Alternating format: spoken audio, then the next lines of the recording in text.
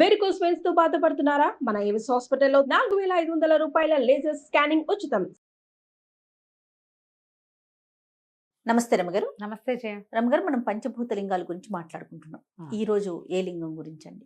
4వది వాయులింగమైన శ్రీకాళహస్తి. ఆ శ్రీకాళహస్తీశ్వరుడి గురించి చెప్పుకుందాం. శ్రీకాళహస్తి కూడా విశాలమైన పెద్ద దేవాలయం, పరమ పురాతనమైనది.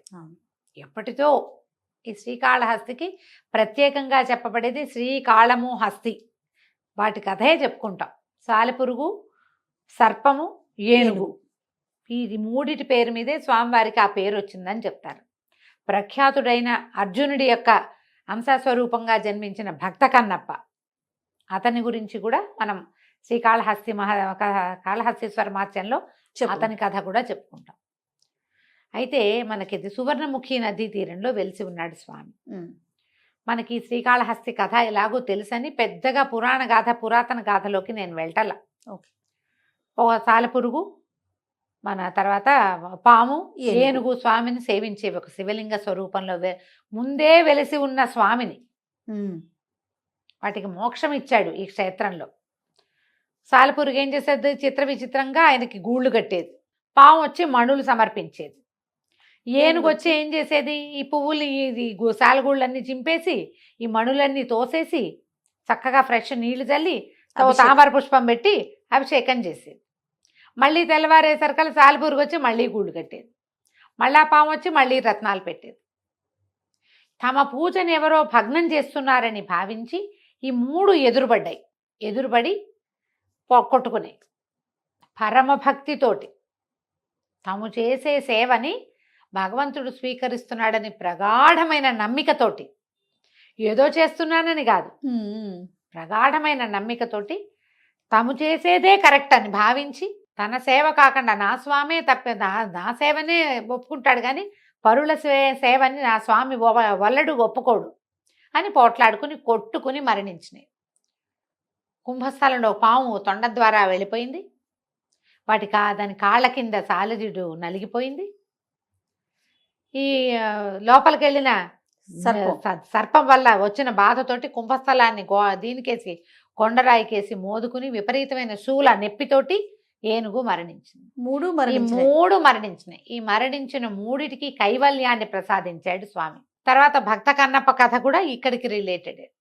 తను కొలుస్తున్నటువంటి లింగమూర్తికి అద్భుతమైన నేత్రాలు ఉండటం, ఆ నేత్రాల నుంచి నెత్తురు కారుతుంటే ఏదో జబ్బు చేస్తుందని భావించి మాంసాహారాన్ని నివేదన చేస్తూ ఫ్రెష్ లేడి మాంసం తెచ్చి పెట్టాడట ఆయన. తను రుచి చూసి అట్లా నివేదన చేసి ఈ నేత్రాలకి, కంటికి కన్ను మందని తన కళ్ళు పెరికి స్వామికి సమర్పించిన వాడు భక్త కన్నప్ప. అతనికి కూడా మోక్షం వచ్చింది. అర్జునుడు ఇతనిలాగా జన్మించాడని ఒక కథనం చెప్తారు. అవును కాదు, అతను ఒక భక్తుడు. అయితే వీళ్ళందరికీ మోక్షాన్ని ప్రసాదించిన వాడే ఈ శ్రీకాళహస్తీశ్వరుడు. వాటి పేరు మీదే శ్రీకాళము, హస్తి, వీళ్ళ ముగ్గురికి మోక్షాన్ని ఇచ్చిన స్వామిగా శ్రీకాళహస్తీశ్వరుని చెప్తారు. అయితే ఇది మనం ఇప్పుడు చూస్తున్న దేవాలయము 5వ శతాబ్దంలో, లోపలి భాగం 5వ శతాబ్దంలో కట్టబడింది గర్భగుడి. బయట ఉన్న దేవాలయం అంతా 11వ శతాబ్దంలో కట్టబడింది. మనం ముందు చెప్పుకున్నట్టే చోళులు ఈ దేవాలయాన్ని నిర్మించారు. తర్వాత మన కృష్ణదేవరాయల కాలం, విజయనగర సామ్రాజ్యం వాళ్ళు కూడా ఈ మిగిలిన దేవాలయాన్ని కొంత సరిచేశారు. చోళులు, విజయనగర రాజులు కలిసి నిర్మించిన ప్రఖ్యాతమైన కాళహస్తీశ్వర దేవాలయాన్ని చూస్తున్నాం మనం ఇప్పుడు. అయితే దేవాలయం చాలా విశాలంగా పెద్దదిగా కనపడుతుంది. 4 ద్వారాలు, 4 గోపురాలు ఉన్నాయి. దేవాలయం దక్షిణాభిముఖంగా కనిపిస్తుంది. అయితే ఈ 4 లోపల ఈ 4 దిక్కుల్లో 4 దైవాలు మనకి దర్శనమిస్తారు. దక్షిణాభిముఖంగా ఉన్నటువంటి దక్షిణామూర్తిని మనం చూస్తాం లోపలికి వెళ్ళేసరికి. దక్షిణామూర్తి జ్ఞానప్రదాత, అందుకని ఈ క్షేత్రాన్ని జ్ఞానక్షేత్రం చెప్తారు. ఏదైనా శాస్త్రం పఠించాలనుకున్న వాళ్ళు శ్రీకాళహస్తిలో దర్శనం చేసుకుంటే శాస్త్రంలో ప్రావీణ్యం లభిస్తుంది. ముక్తిని కోరుకునే వాళ్ళకి జ్ఞానం కావాలి, నాకు ఇంకా మళ్ళీ పుట్టద్దు అంటే నేనెవరనే ఆత్మజ్ఞానం ఎలా కలుగుతుంది? ఆ జ్ఞానాన్ని కలిగించే దైవమే దక్షిణామూర్తి. ఆయన దక్షిణాభిముఖుడుగా ఇక్కడ మనకి దర్శనమిస్తాడు. లోపలికి వెళ్ళంగానే మొదట దక్షిణామూర్తే కనిపిస్తారు. కనిపిస్తారు. స్వామివారు అవతల వైపు ఉంటారు. వినాయకుడు, గణపతి, అమ్మవారు జ్ఞానప్రసూనాంబ, శ్రీకాళహస్తీశ్వరుడు, దక్షిణామూర్తి, ఈ నలుగురు దైవాలు 4 దిక్కులకి కనిపిస్తారు మనకి. ఆ దిక్కులకు అభిముఖంగా కనిపిస్తారు. అయితే ఇక్కడ ఉన్న స్వామి మనకి శ్రీకాళహస్తీశ్వరుడు వాయులింగం అని చెప్తారు. ఓకే. శ్వాస తీస్తున్నాడు స్వామి అంటారు. ఆయనకి కుడివైపుగా ఉన్నటువంటి దీపాలు రెపరెపలాడుతూ ఉంటాయి. ఆయన శ్వాస నాసికలో నుంచి గాలి వస్తుంది, అందులో నుంచి గాలి వస్తున్నట్టు ఎక్కడ గాలి వచ్చేందుకు ఏ సాధనము లేదు, ఎక్కడ ఓపెనింగ్ ఉండదు, లోపల చల్లగానే ఉంటుంది. ఉండి ఆ దీపాలు మాత్రం కదులుతూ ఉంటాయి. వాయులింగం అంటానికి నిర్ధారణ అదేనట్టు. అయితే ఇక్కడ స్వామి ప్రత్యేకం ఏంటంటే కాళహస్తీశ్వరుడు మానవులు ముట్టుకున్న లింగం కాదు ఆయన. స్వామివారికి నవగ్రహ కవచం ఒకటి ధరింపజేసి ఉంచుతారు. ముట్టుకోరు ఆయన్ని, ముట్టుకోరు, అభిషేకం చేయరు.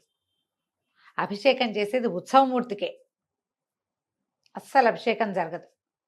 అర్చన జరుగుతుంది, హారతులు అవి విశేషంగా. అసలు ఆ హారతిలో హారతి అది పైకి వెళ్ళి కిందకు వస్తుంటే ఈ కదలిక కాకుండా అది ఇట్లా రెపరెపలాడినట్టు కనపడుతుంది మనకి. దీనికి అంతా మనం దృష్టి అటు ఇటు చూడకూడదు. ఆ అలంకారాలు అవి ఇవి చూస్తే మనకేం తెలియదు. తదేకంగా చూడాలి, అది తదేక దీక్షతోటి చూడాలి.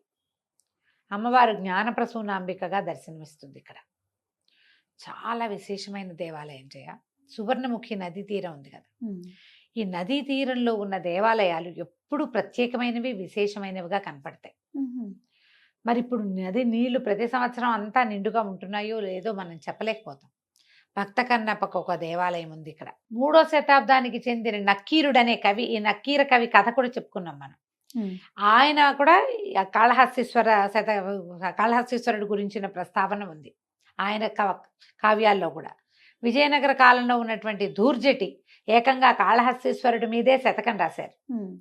అంటే ఇప్పుడు నేను ఈ విషయం చెప్పచ్చు అనుకుంటా.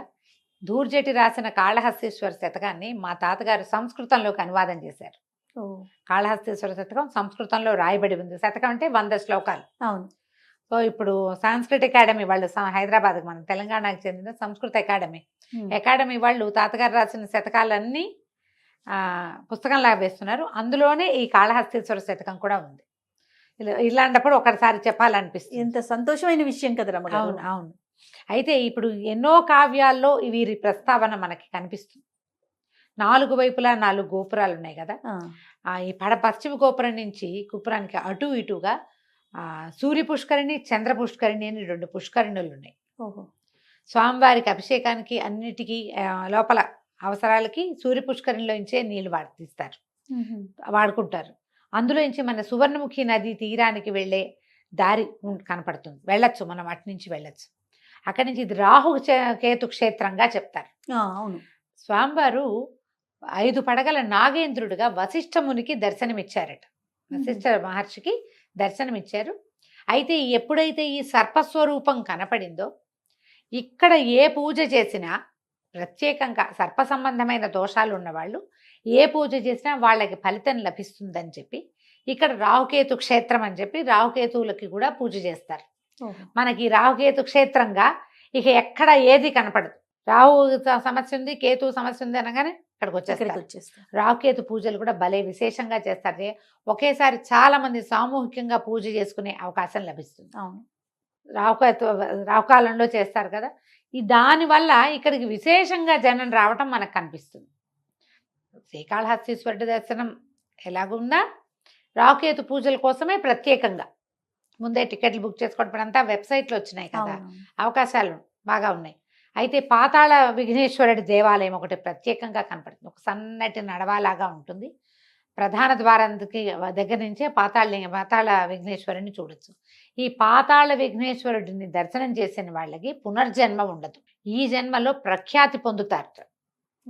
అంటే ఏదైనా ఉంటే ఒట్టిగా ప్రఖ్యాతి ప్రతి వాళ్ళు చూసిన వాళ్ళంతా ఎలా పొందేస్తారు అని ఒక ప్రశ్న వస్తుంది. మనకి ఏదైనా ఒక విద్య ఉన్నవాళ్ళు తమ విద్యలో ప్రఖ్యాతి పొందాలని భావిస్తే వాళ్ళు ఈ విఘ్నేశ్వర దర్శనం చేయాలని చెప్తారు. దేవాలయం అంతా చక్కటి శిల్పకళ విశేషంగా కనిపిస్తుంది. ఆ స్వామిని చూడడం కూడా మనకి ఇట్లా పొడుగ్గా ఉన్నటువంటి లింగం ఇట్లా కట్లు కట్లుగా కనిపిస్తుంది. అది నవగ్రహ కవచాన్ని ధరింపజేశారు. ఈ నవగ్రహ కవచం ధరించిన శివలింగం ఎక్కడా కనపడదు మనకి, ఈయనొక్కరే కనిపిస్తారు. అందుకని నవగ్రహాలు గ్రహదోషాలు ఉన్నవాళ్ళు ఈ స్వామివారిని దర్శిస్తే గ్రహదోషాలు, తతిమా గ్రహాల దోషాలు తొలుగుతాయి. రాహుకేతు సమస్యలు ఉన్నవాళ్ళు రాహుకేతు పూజ చేసుకుంటే ఈ క్షేత్రంలో ఆ ఫలితం కూడా లభిస్తుంది. ప్రత్యేకంగా మనకి అనేక మంది ఋషులు ప్రతిష్ఠించినటువంటి అనేక లింగాలు దర్శనమిస్తాయి. వెంకటేశ్వర స్వామి, తర్వాత ఏమో వరదరాజస్వామి, తర్వాత వీరరాఘవ స్వామి, వీళ్ళు ముగ్గురు కూడా దర్శనమిస్తారు. తర్వాత ఎన్నో తీర్థాలు ఉన్నాయట, 36 తీర్థాలు ఉన్నాయని చెప్తారు ఇక్కడ. ఓహో. మూక తీర్థం అని ఒక తీర్థం ఉందట. ఈ మూక తీర్థంలో గనక స్నానం చేస్తే, ఆ తీర్థాన్ని తీసుకుంటే గనక ఏదైనా నత్తి వాచా దోషాలు ఉన్న వాళ్ళకి ఆ దోషాలు తొలుగుతాయని చెప్తారు. ఎన్ని దోషాలు తొలగిస్తుందో చూడు శ్రీకాళహస్తి. దర్శనం లోపల మనకి నాయనార్లుగా చెప్పుకున్న గొప్ప గొప్ప వాళ్ళ పేర్లు చెప్పుకున్నాం. అప్పర్ జ్ఞాన సంబంధర్, సుందరమూర్తి నాయనార్, వాళ్ళందరూ కూడా ఈ దేవాలయాన్ని దర్శనం చేసుకున్న ఆనవాళ్ళు ఉన్నాయి. ఈయన మీద రకరకాల తేవారాలు, ఏవో పద్యాలు పాటలు పాడినవి కూడా కనిపిస్తాయి. తమిళ సాంప్రదాయపు పోకడలు అక్కడక్కడ కొంచెం కనబడిన తక్కువే, తెలుగే ఎక్కువగా ఉంటుంది. కొంచెం మద్రాసుకి దగ్గరగా ఉంది కదా, చెన్నైకి దగ్గర ఉండటం వల్ల కొంచెం తమిళ పోకడలు ఉన్నా కూడా పూర్తిగా తెలుగు విధానమే మనకి కనిపిస్తుంది. తప్పకుండా దర్శించుకోవాల్సిన క్షేత్రాల్లో గ్రహదోషాలు పోగొట్టుకునేందుకు అవకాశం ఇచ్చేటువంటి మోక్షప్రదాత అయిన పరమేశ్వరుడు నవగ్రహ కవచాన్ని ధరించి కనపడే ఏకైక క్షేత్రమైన ఈ కాళహస్తిని తప్పకుండా దర్శనం చేయండి. మనం తిరుపతి వెళ్తే ఈజీగా చూడగలుగుతాం. మనకి ఏ దోషాలు లేవు. స్వామి ఉన్నవి కూడా పోతాయి. ఏమైనా రావాల్సినవి కూడా రేపు వచ్చేవి, అవి కూడా మనకి తగ్గిపోతాయి. నమస్తే. నమస్తే జయ. రమ్మగారు, మనం పంచభూతలింగాలు చెప్పుకుంటున్నాం. ఈ రోజు ఏ దేవస్థానం గురించి చెప్తారు, ఏ ఆలయం గురించి? పంచభూతలింగాల్లో రెండవదైనటువంటి జలలింగం. ఎందుకంటే పృథివీ అప్పు, జలం కదా, నీటిలో నుంచి భూమి పుట్టింది, భూమి బయటకు వచ్చింది అంటారు. ఈ జలలింగం గురించి చెప్పుకుందాం. ఈయన ఎక్కడున్నాడు? జంబుకేశ్వరంలో ఉన్నాడు. ఈ జంబుకేశ్వరం ఎక్కడుంది? తమిళనాడులో తిరుచిరాపల్లికి దగ్గరలో ఉంది, ఒక 11 కిలోమీటర్ల దూరంలో ఉంది. సింపుల్గా చెప్పాలంటే శ్రీరంగం పక్కన ఉంది. శ్రీరంగం పక్కనే ఈ దేవాలయం మనకి దర్శనమిస్తుంది. చాలా పెద్ద దేవాలయం ఇది కూడా. చోళుల కాలంలోనే నిర్మించబడింది. శ్రీరంగనాథుడి కంటే ముందు నుంచే ఈయన ఉన్నాడని ఒక ప్రతీతి. చాలా అద్భుతమైన దేవాలయం. అయితే ఇప్పుడు జలలింగం అని చెప్తాం. జలలింగం అనగానే ఏమనిపిస్తుంది మనకి? ఇప్పుడు సైకత లింగం, పృథ్వీలింగం అయినటువంటి ఏకాంబరేశ్వరుడు ఇసుకతో నిర్మించబడిన వాడు. అనగా నీటితో ఉన్నాడేమో అయ్యవారు అనిపిస్తుంది. నీటి మీద ఉంటారు కదండి. నీటి మీద ఉంటాడు. నీరు ఊరుతూ ఉంటుంది ఆయన కింద నుంచి. ఎక్కడి నుంచి ఊరుతుందో మనకు తెలియదు. కాణిపాకంలో కనుక వినాయకుని కింద బావి మీద ఉంటారంటారు కదా, అలా అక్కడ ఆయన బావిలో వచ్చినట్టుంది కథనం ఉంది. ఇక్కడ అట్లా లేదు. దీనికి అద్భుతమైన పురాణ గాథలు 2 చెప్తారు. పురాణ గాథ చాలా అద్భుతమైంది. ఒకటేమో శ్రీకాళహస్తి కథని పోలి ఉన్నట్టుగా ఒక ఏనుగు, ఒక సాలీడు ఇక్కడ స్వామివారిని పూజించేవని, ఆ రెండు వాటి కొట్లాటలో ఇది 2 నశించిపోయినాయని, వాటి మీద కుంభవృష్టిగా అమృతం కురిసింది, అప్పుడు ఈ శివలింగం ఏర్పడిందని ఒక కథనం చెప్తారు. ఒకటి. రెండో ప్రధాన గాథ ఇంకోటి చెప్దాం మనం. ఇది ఈ జంబుకేశ్వరం అంటే జంబుక వనం. ఇక్కడంతా తెల్ల నేరేడు చెట్లు ఉన్నాయి. నేరేడు చెట్టు మనకు తెలుసు కదా, తెల్లటి చెట్టు, నేరేడుకాయ, మామూలు నేరేడుకాయ. జంబు వనం ఉందట ఇక్కడ. అయితే ఏమైంది, శంభుడు అని ఒక మహర్షి, ఒక ఆయన ఈ జంబు వనంలో తపస్సు చేసుకునేవాడు. మహాశివ భక్తుడట. నిత్యము అర్చన చేసుకునేవాడు, ఏదో తపస్సు చేసేవాడు. ఆయనకి ఏమనిపించిందట, ప్రత్యక్ష స్వరూపిగా ఉన్న భగవంతుణ్ణి పూజించాలని అనిపించింది. ప్రత్యక్ష రూపంలో ఆయన ఎంతకాలమో తపస్సు చేస్తే పరమేశ్వరుడు ప్రత్యక్షమయ్యాడు. ఏం కావాలో కోరుకోమంటే, నిన్ను ప్రత్యక్ష పూజ చేయాలి నేను, అదే నా కోరిక అని అడిగాడు. అడిగితే అప్పుడు పరమేశ్వరుడు ఏమన్నాడంటే, నేను ఇక్కడ శివలింగంగా లింగంగా వెలుస్తాను, నువ్వు జంబు వృక్షంగా ఉండు, నువ్వు శాశ్వత అంటే ముని ఎంతకాలం ఉంటారు, వాళ్ళ ఆయుష్ అయిపోతుంది కదా. అదే జంబూ వృక్షంగా ఉండి నన్ను సేవించుకోమని అన్నాడు. ఓ. చాలా కాలం తపసమాధిలో ఉండి ఆయన వెళ్ళిపోయాక జంబూ వృక్షంగా పుట్టాడు. ఆ దేవాలయ సన్నిధానంలో ఉన్నటువంటి లోపట్లో లేదు, బయటే ఉంది, ప్రాంగణంలో ఉన్న జంబూ వృక్షం సాక్షాత్తు ఆ శంభుడనే ఋషి అని భావిస్తారు. ఆయన ఆకులు రాల్చేవాడు అయ్యవారి మీద. ఈ లింగం ఏర్పడినప్పుడు అది జలలింగంగా ఎవరికైనా కనపడిందో లేదో మనకు తెలీదు. మనకి కనపడే వీటి కథల్లో ఎక్కడా కూడా స్పష్టంగా అది చెప్పరు. ఎందుకు ఇక్కడికి నీరు వచ్చింది అనే దాని మీద ఒక స్పష్టత అయితే లేదు. కానీ ఇది శ్రీరంగం కంటే ముందే, దానికంటే ముందే ఏర్పడిన దేవస్థానంగా, అంటే ఏర్పడిన స్థానంలాగా చెప్తారు. అయితే మనకి జలలింగం అనగానే ఏమిటి, ఇది ఎట్లా కనపడుతుంది అంటే, ఆ శివలింగం పక్కన పానువట్టల్లోంచి నీరు ఊరుతూ ఉంటుందంట. పూజ అంతా అయిపోయాక ఒక చక్కటి అంగవస్త్రాన్ని పానువట్టం మీద పరుస్తారు. కాసేపటికి పానువట్టం మీద ఆ వస్త్రం తీసి పిండితే చెంబెడి నీళ్ళు వస్తాయి. బట్ట తడిసిపోతుంది. అలా నీరు ఊరుతూ ఉంటుంది లోపల నుంచి.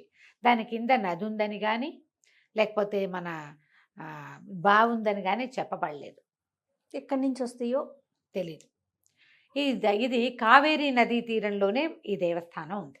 అయితే తీరం అంటే ఆనుకునేం లేదు, ఒక మాదిరి దూరంగానే ఉంది.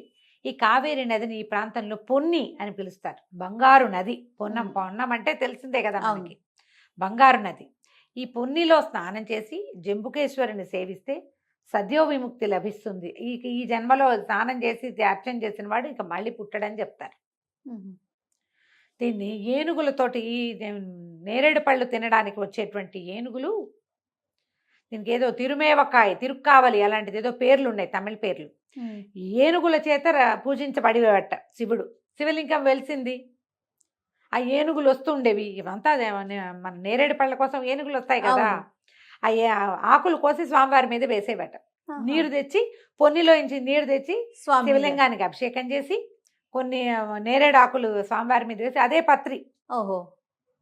మామూలుగా మనం మారేడాకులు పత్రిగా భావిస్తాం, ఇక్కడ నేరేడాకు కూడా పత్రి. ఎందుకంటే ఆ చెట్ల మధ్యలోనే ఈయన వెలిసి ఉన్నాడు. పెద్ద విశాలమైన ప్రాంగణము 5 ఎకరాల స్థలంలో ఉంది. ఒక 5 ప్రాకారాలు, 7 గోపురాలు ఉన్నాయి. గోపురాలు కూడా పెద్ద పెద్ద గోపురాలు. లోపల అయ్యవారితో పాటుగా వెనకాల నవగ్రహ కిటికీ అంటే ఒక గవాక్షం ఒకటి ఉంటుంది, ఒక కిటికీ, నవద్వార గవాక్షం అంటారు దాన్ని. ఏమిటో అలా ప్రత్యేకమైన పేర్లు ఉన్నాయి. విశాలంగా కనపడుతుంది, అతి పెద్ద గుడి. తప్పకుండా చూడవలసిన క్షేత్రాల్లో ఇదొకటి. అయితే ఇక్కడ ఇంకొక విశేషం ఏముందంటే, అమ్మవారు ఇక్కడ అఖిలాండేశ్వరి స్వరూపంలో దర్శనమిస్తారు. మనం అక్కడక్కడ చూస్తాం నిలబడి ఉన్న అమ్మవార్లని. అవును. ఈమె ఇక్కడ స్థానక భంగిమలో ఉంటుంది. పూర్వమట ఉగ్రరూపిగా ఉండేది. ఇది ఏనాటి కదా, ఆదిశంకర్లకి ముందు. శంకరాచార్యుల వారు 9-10 శతాబ్దాలకు చెందినవారు కదా, 9వ శతాబ్దం. దాని ముందు అమ్మ ఉగ్రరూపిగా ఉండి ఆమె యొక్క శోధన విపరీతంగా ఉండేది. రాత్రిళ్ళు తిరగటము, బయటికి వచ్చేయటము అలాంటివి ఉండేవట. అయితే ఆదిశంకర్లు వచ్చి ఈ అమ్మని చూసి ఈమె ఉగ్రరూపిగా ఉందని కొంతకాలం ఇక్కడ తపస్సు చేసి ఆమె ఉగ్ర శక్తిని కొన్ని కళలు తగ్గించారట. ఆమె దగ్గర ఒక శ్రీచక్రాన్ని కూడా స్థాపించారు. దాంతో అమ్మవారి నుంచి ఉగ్రకళ తగ్గి శాంత కళ కనపడుతూ ఉంటుంది. మనం ఇది ఎంత ప్రత్యేకమైన విషయం చేయాలి. మరి భగవంతుడిని ప్రశ్నించే వాళ్ళందరూ ఇలాంటివి విని అర్థం చేసుకోవాలి. ఉందో లేదో మనకు తెలీదు అంటే లేకపోవడం అంటే మనం ఉన్నాంగా, అంతే కదా. మనం ఉన్నాం. మన ముందు తరాల వారికి చెందినటువంటి ఆదిశంకరులు ప్రతి దేవాలయంలో ఆయన ఎక్కడెక్కడికి వెళ్ళారో అన్ని చోట్ల ఈ కళలు హెచ్చటమో తగ్గించటమో, ఓ శ్రీచక్ర స్థాపన చేయటం, జనాకర్షణ యంత్రాలు స్థాపించటం, అవును, ఇలాంటివి ఎన్ని గాథలు వింటాం. లేదని మనం ఎలా అనగలం? అదే శంకర్లు రాసిన స్తోత్రాలు చూస్తాంగా మనం. అది మన మానవ రూపంలోనే జన్మించారు కదా, జన్మించారు కదా, మన ముందేగా. అవును, ఎప్పుడో అదేమిటి మన ముందు యుగం కాదు, మన యుగంలో. అవునండి, మన ముందు ఈ కాలడిలో ఇలా బంగారు ఉసిరికాయలు కాయించారు, కురిపించారు. అవి ఇల్లు వాకిలి అన్నీ కనపడుతున్నాయి. అవును. ఈ దేవాలయం ఇదివరకు అలా ఉండేది, ఇప్పుడు ఈయన వచ్చాక ఇలా మారింది, దానికి శాసనాలు ఉన్నాయి. ఎంత వివరంగా ఉంది కదా. అయితే ఈ జలలింగంగా అసలు నాకు తిరుపతిలో ఉన్నప్పుడు కూరలు కొనడానికి వెళ్తుంటే చొక్కలింగం అప్పులింగం అని ఇద్దరు బ్రదర్స్ ఉండేవాళ్ళు. అప్పులింగం అతని పేరు. నాకు అర్థమయ్యేది కాదు, ఏమిటి ఈ పేరు ఇలా పెట్టుకున్నారు, తమిళ పేర్లు అలా ఉంటాయని. అప్పటికి వీటి మీద అంత అవగాహన లేదు. అదే ఈయనే అప్పులింగం, ఈయన జంబుకేశ్వరుడు. అప్పు అంటే సంస్కృతంలో నీరు, ఆపహ అంటే నీరు. ఇప్పుడు పృథివీ, ఇప్పుడు నేను సంస్కృతిలో చెప్తా కదా, పృథివీ అప్పు తేజోవాయు ఆకాశం, ఆ అప్పే ఈ అప్పు. జలలింగం. ఈ పేర్లు పెట్టుకుంటారు బాగా విశేషంగా. ఈ అఖిలాండేశ్వరి సన్నిధానాన్ని దర్శనం చేయటం, ఆ పొన్ని నదిలో స్నానం చేసి జలలింగేశ్వరుడు ఈ జంబుకేశ్వరుణ్ణి పూజించిన వాళ్ళకి సద్యో విముక్తి కలుగుతుంది. ఈ జీవితం నుంచి మనం ఇదవుతాము. చాలా ప్రత్యేకమైన దేవస్థానాల్లో ఈ జంబుకేశ్వరం కూడా ఒకటి.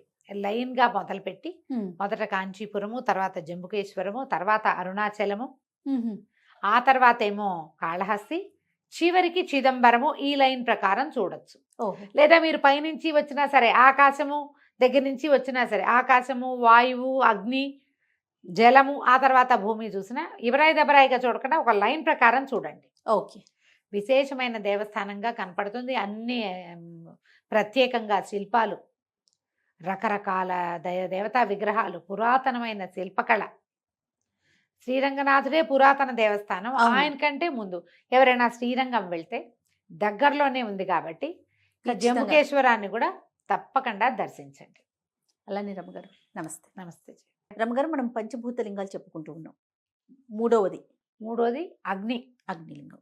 అగ్నిలింగం అనగానే మొత్తం తెలుగు వాళ్ళందరిలోనూ ప్రచారంలో ఉన్న అరుణాచలేశ్వరుడు.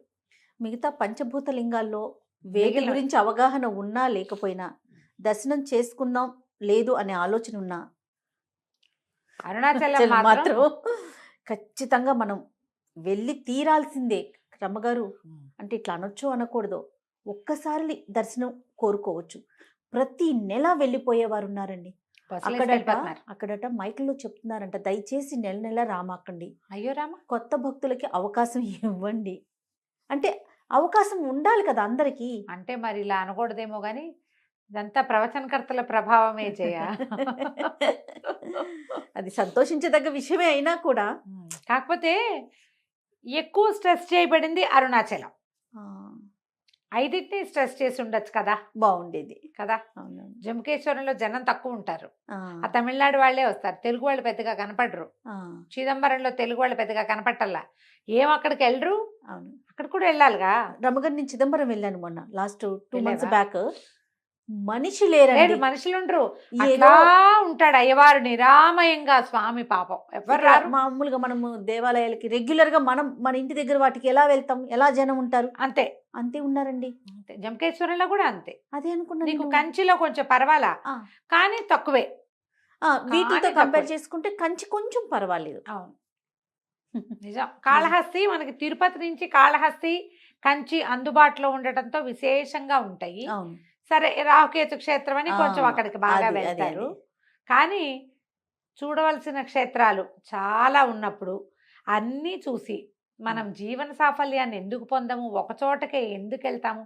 స్మరణ మాత్రంతో ముక్తినిచ్చే క్షేత్రమైన అరుణాచలానికి ప్రతి నెల వెళ్తే కానీ మనకి నిష్కృతి లేదన్నట్టుగా ఎందుకు ప్రవర్తించాలి? అవును రమ్మగారు, కొత్త భక్తులకు అవకాశం ఇవ్వాలి. నేను కూడా ఈ మధ్య 12 సార్లు వెళ్ళాము అరుణాచలం అని చెప్పారు ఒకరు. నేనంట మాలాంటి వాళ్ళకు కూడా అవకాశం ఇవ్వచ్చు కదా. 12 సార్లు మీరు ఒకరు వెళ్తారా కారు, భార్య భర్త, ఇంకోళ్ళు ఎవరో చుట్టం, ఈసారి ఈ చుట్టం, ఇంకోసారి ఇంకో చుట్టం, వీళ్ళంతా పౌర్ణమి నాడు ప్రదక్షిణం. లక్షల మంది పౌర్ణమి నాడు ప్రదక్షిణం చేస్తున్నారు. తమిళనాడు నీకు తెలుసు, 20 ఏళ్ల క్రితం అరుణాచలంలో అప్పుడప్పుడు పౌర్ణమి నాడు కొంచెం జనం ఆ మాత్రం కనపడేవాళ్ళు. ఇప్పుడు ఆ మాత్రం అన్నది లేనే లేదు. అరుణాచలేశ్వరుడు విసిగిపోయి లేచక వెళ్ళిపోతాను నేను ఇక్కడ ఉన్నాను అనేలాగా చేస్తున్నాం. వెళ్ళండి, మంచిదే. మంచి దైవ దర్శనం ఎప్పుడు మంచిది, అందరూ స్వాగతిస్తాం. కానీ అందరికీ అవకాశం ఇద్దాం. అయితే మిగిలిన క్షేత్రాల కంటే అరుణాచలం తాలూకు ప్రత్యేకత ఏంటంటే, అరుణాచలంలో వెలిసి ఉన్న అరుణాచలేశ్వరుడి కంటే అరుణగిరే సాక్షాత్తు పరమేశ్వరుడుగా ప్రఖ్యాతి పొందింది. ఆ గిరి ప్రదర్శన, కొండ గిరి ప్రదక్షిణ ఇంపార్టెంట్. అవును. ఎందుకంటే సాక్షాత్తు ఆ కొండే పరమేశ్వరుడు. దీనికి పురాణ గాథలు 2 ప్రత్యేకమైన గాథలు వింటాం మనం. అరుణగిరి ఎంత ప్రత్యేకమైనదో కథలు అంత ప్రత్యేకమైనవి. మనం ప్రతిసారి మన మహాశివరాత్రి గాథలు చెప్పుకునేటప్పుడు బ్రహ్మ విష్ణువులు ఇద్దరు నేను అధికున్నంటే నేను అధికున్నని మేము వాదించుకున్నప్పుడు అగ్నిస్తంభ రూపంలో పరమేశ్వరుడు అక్కడ ప్రత్యక్షమయ్యాడు. ఈ మంటలు వెలిగిపోతున్న ఈ అగ్నిస్తంభం తుది మొదలు తెలుసుకుందామని చెరోవైపుకి ప్రయాణించి బ్రహ్మదేవుడు నేను చూడకపోయినా చూశానని చెప్పాడు. విష్ణువు నేను దీనికి అంతం నాకు తెలియలేదు, దీని ఆది దీని మూలం ఎక్కడదో నాకు తెలియలేదని ఒప్పుకున్నాడని ఎప్పుడు చెప్పుకుంటాం. ఆ అగ్నిస్తంభ రూపంలో జన్మించింది పరమేశ్వరుడు ప్రత్యక్షమైంది మహాశివరాత్రి నాటి రాత్రి అని చెప్పుకున్నట్టే ఈ అగ్నిస్తంభ రూపమే అరుణగిరి అని చెప్తారు. ఈ అరుణగిరి అంటే ఎర్రని కొండే కాదు, నీ రుణాలన్నీ తీర్చేసేది, నిన్ను అరుణుడిగా చేస్తుంది, ఏ రుణము లేకుండా చేస్తుంది, ముక్తినిస్తుంది. ఇది ఒక ప్రత్యేకమైన గాథగా చెప్తారు. ఆనాడు అగ్నిస్తంభం ఎక్కడైతే ప్రత్యక్షమైందో అది సాక్షాత్తు ఈ తిరువణ్ణామలైగా చెప్పబడేటువంటి అరుణగిరేనని చెప్తారు ఒకటి. రెండో కథ ఏం చెప్తారంటే కైలాసంలో ఉన్నప్పుడు పార్వతీ పరమేశ్వర్ల సల్లాపాలలో ఒకనాడు అమ్మవారు శివకామసుందరి కళ్ళు మూసిందట స్వామివారికి. విష్ణు ఆయన కళ్ళు మూసేసరికి శివుడికి మొత్తం లోకాలంతా చీకటైపోయినాయి. తృతీయ నేత్రం ఎప్పుడు మూసుకునే ఉంటుంది. ఈ రెండు కళ్ళు మూసేసరికి లోకాల్లో ఎక్కడా వెలుగు లేకుండా అయిపోతే అప్పుడు పరమేశ్వరుడు తానే అగ్నిస్తంభ రూపంలో వెలిశాడు. అదే అరుణగిరి. అమ్మవారు తన పొరపాటు వల్ల అయ్యో నా వల్ల ఇలాంటిది జరిగింది, హేళగా చేసిన పని ఇలాంటి ఇదిగా పరిణమించింది, దీనికి పరిష్కారంగా నేను తపస్సు చేస్తానని అమ్మ తపస్సు చేసి పరమేశ్వరిలో అర్ధభాగాన్ని పొందిన క్షేత్రం అరుణగిరి. ఆయన ఎక్కడట్లా అప్పుడు ఆయన ఏం చేశాడు, ప్రపంచానికి వెలుగుగా ఈ అరుణగిరిగా ప్రత్యక్షమయ్యాడు. అగ్ని జమ్ముతూ ఎప్పుడైతే అగ్నితో వెలుగు ఉంటుంది ఆటోమేటిక్గా ప్రపంచానికి వెలుగునివ్వడం కోసం పరమేశ్వరుడే స్వయంగా ఈ అరుణగిరిగా వెలిశాడని. కాబట్టి లింగరూపిగా ఉన్న స్వామి కంటే సాక్షాత్ స్వరూపంలో గిరి స్వరూపంలో ఉన్నదే శివుడే అరుణాచలుడు. అరుణాచలం అంటే ఎర్రని కొండగా ఒక స్తంభంలాగా అక్కడ ఉన్నాడు. ఈ గిరిని ప్రదక్షిణ చేయటమే చాలా ముఖ్యమైన సంగతిగా చెప్తారు. తొలికాలం నుంచి ఇదే ఉంది, ముందు కాలం నుంచి ఉన్నదే అరుణగిరి ప్రదక్షిణ. ఈ అరుణగిరి ప్రదక్షిణ ఉదయకాలం ఎండాకాలం సమయాల్లో కాకుండా తెల్లవారుజామున రాత్రిళ్ళు చేయాలంటారు. ఇక్కడ వేడిగా ఉంటుంది. ఈ ప్రత్యేకత చెప్తారు. అయితే మనకి కింద అరుణాచలేశ్వరుడు, తర్వాత అమ్మవారు శివకామ సుందరిగా, అయ్యవారు అరుణాచలేశ్వరుడుగాను, అమ్మవారు అపీత కుచాంబగా. అపీత కుచాంబ సాగబడని కుచములు కలిగిన తల్లి. కుమారుడికి స్తన్యం ఇవ్వకుండా వచ్చేసిందట స్వామివారి దగ్గరికి. అందుకని అమ్మకి ఆ పేరుంది. ఇక్కడ తమిళులు అయితే అన్నామలై అని ఆయన్ని, ఉన్నామలై అని అమ్మవారిని చెప్పుకుంటారు. ఉన్నామలై. మనం అపీత కుచాంబే చెప్పుకుంటాం. అభితు కుచలాంబ కాదు, లా లేదు అసలు. అపీత కుచాంబ, ఆపీత కుచాంబ కాదు. అపీత అంటే తాగబడని, కుచాంబ స్థనములు కలిగిన తల్లి. ప్రత్యేకమైన స్వరూపం. అయితే ఈ రెండు స్వరూపాల్లో అయ్యవారు అమ్మవారు వెలిసి ఉన్నటువంటి ఈ అరుణగిరినాథుడి దేవాలయం విశేషంగా కనపడుతుంది. చాలా పెద్దది, 25 ఎకరాల స్థలం, 180 అడుగులు ఉన్నటువంటి రాజగోపురము, చాలా పెద్దది, విశాలంగా కనపడుతుంది. స్కాంద పురాణంలో కూడా ఈ అరుణాచలేశ్వరుడి ప్రస్తావన ఉంది. పరమ ప్రఖ్యాతులైన రమణాశ్రమం ఒకటి కింద కనపడుతుంది మనకి. నేను వెళ్ళినప్పుడు రమణాశ్రమంలో నెమలిని చూశాను. నేను మొట్టమొదటి నా జీవితంలో ప్రత్యక్షంగా నెమలిని చూసింది రమణాశ్రమంలోని 92లో కాలేజ్ ట్రిప్లో వెళ్ళాం మేము. అక్కడ చూశాను. అప్పటికి గిరి ప్రదక్షిణ ఆనాడు ఏం తెలియదు జయ, జనం చాలా తక్కువ ఉన్నారు. మేము వెళ్ళినప్పుడు మేము ఒక బస్సులో ఎంతమంది వెళ్ళామో ఇంకో అందులో సగం మంది ఉన్నారేమో అంతే. ప్రశాంతమైన అరుణాచలం. ఇప్పుడు అసలు ఆ ప్రశాంతత లేదేమో మరి. నెమళ్ళు, కోతులు అవి కనిపిస్తాయి, బాగా ప్రశాంతంగా కనిపిస్తుంది. ఈ రమణాశ్రమం నుంచి 2 కిలోమీటర్లు ముందుకు వచ్చితే ఒక వినాయకుడి దేవాలయం కనిపిస్తుంది కదా, అక్కడ కుడిపక్కగా వెళ్ళి అది నిలబడి చూస్తే ఈ అరుణగిరి నందీశ్వరుడిలాగా కనపడుతుంది మనకి. ఈ గిరి ప్రదక్షిణ 14 కిలోమీటర్లు ఉంది. ఉమ్. మధ్యలో 8 అష్టలింగాలు. ఇందులో ఏవో చెప్తారు కదా, యమలింగము, అవన్నీ ప్రత్యేకంగా చూడాలి. గిరి ప్రదక్షిణ చేయండి తప్పకుండా జీవితంలో ఒక్కసారైనా. ఓసారి చేసినా చాలు. ఎందుకంటే ఈ అరుణాచలము స్మరణ మాత్రంతోటే ముక్తినిచ్చేదైతే నెల నెలా వెళ్ళటం ఎందుకు? అక్కడికి వెళ్ళగలిగే సెలవు, డబ్బులు, ట్రాన్స్పోర్టేషన్ ఉంటే ఇంకో క్షేత్రం చూడండి. భారతదేశం అంతా మహాద్భుత క్షేత్రాలు ఉన్నాయి. అష్టాదశ శక్తిపీఠాలు ఉన్నాయి, 12 జ్యోతిర్లింగాలు ఉన్నాయి, 5 ఇన్ని రకాల పంచారామాలు, పంచభూత మహాభూత లింగాలు. ఇవి కాకుండా అన్ని క్షేత్రాలలోనూ, అన్ని ఊళ్ళలోనూ ప్రత్యేకమైన క్షేత్రాలు అవన్నీ చూడొచ్చుగా చక్కగా. అసలు చూడని వాళ్ళు ఓసారి తప్పకుండా వెళ్ళాలి, చూడాలి. నేను అప్పుడు వెళ్ళాను జయ, కానీ నేను గిరి ప్రదక్షిణ చెయ్యాల. ఇటీవల ఒక 3 సార్లు అయినా బయలుదేరా. అవును, కుదరలేదు, వెళ్ళలేకపోయాం. సరే, మనకి అవకాశం ఇవ్వలేదు అంతే, ఇంకా భగవంతుడు. ఈ వెళ్ళే దారిలో నడిచేటప్పుడు దారిలో కూడా అనట ఎడం పక్కగానే నడవాలి, ఓ పక్కగానే నడవాలి, రోడ్ అంతా స్ప్రెడ్ అవ్వకూడదని రెండో పక్క నుంచి ఋషులు వాళ్ళు గిరి ప్రదక్షిణం చేస్తారట. రోడ్ అంతా నడవద్దు, మనుషులు మానవులు నడిచేది రోడ్డుకి ఎడం వైపుకే నడవాలి, కుడివైపున దేవతలు కూడా ఈ ప్రదక్షిణ చేస్తారు. పౌర్ణమి నాటి రాత్రి అయితే విశేషంగా వాళ్ళు కూడా వస్తారట. అరుణాచలం ప్రఖ్యాతం అవటానికి అక్కడున్న స్థల పురాణం ఒకటి ముఖ్యమైతే, రమణాశ్రమం రెండోది. భగవాన్ శ్రీరమణులు మన ముందు తరాలలో మన ఆదిశంకరుల గురించి ఎలా ప్రత్యేకంగా చెప్పుకుంటాము. చాలా చిన్నతనం నుంచి ఇక్కడికి వచ్చి సిద్ధి పొందారు రమణులు. వారి రమణాశ్రమం అత్యంత ప్రశాంతమైంది. అది చూడొచ్చు. ఎన్నో దేవాలయాలు కనపడతాయి మనకి. అన్ని దేవాలయాలని మనం దర్శనం చేసుకోవచ్చు. ఎన్ని రకాల ఉపాలయాలు. పచ్చియమ్మన్ దేవాలయం ఒకటి ప్రత్యేకంగా కనపడుతుంది, అమ్మవారిని చూడొచ్చు. తర్వాత ఈ ప్రదక్షిణ చేసేటప్పుడు అన్నదానం చేయొచ్చు. కొంచెం చిల్లర తీసుకెళ్తే ఎంతోమంది సాధువులు వాళ్ళు కనపడతారు, వాళ్ళందరికీ దానాలు చేసుకోవచ్చు. నిశ్శబ్దంగా చేయండి. ఈ అరుణగిరిలో నమస్కారం కానీ ప్రదక్షిణ కానీ నిష్కామంగా చేస్తేనే దానివల్ల ఏ ఫలితం చెప్పబడిందో ఆ ఫలితం లభిస్తుంది. రకరకాల కోరికలతో అరుణాచలేశ్వరుడి దర్శనం చేయొద్దు. చాలా మంచి నియమాలు ఉన్నాయండి. దేవాలయంలోకి వెళ్ళాక నిశ్శబ్దంగా ఉండిపోండి, అసలు మాట్లాడద్దు.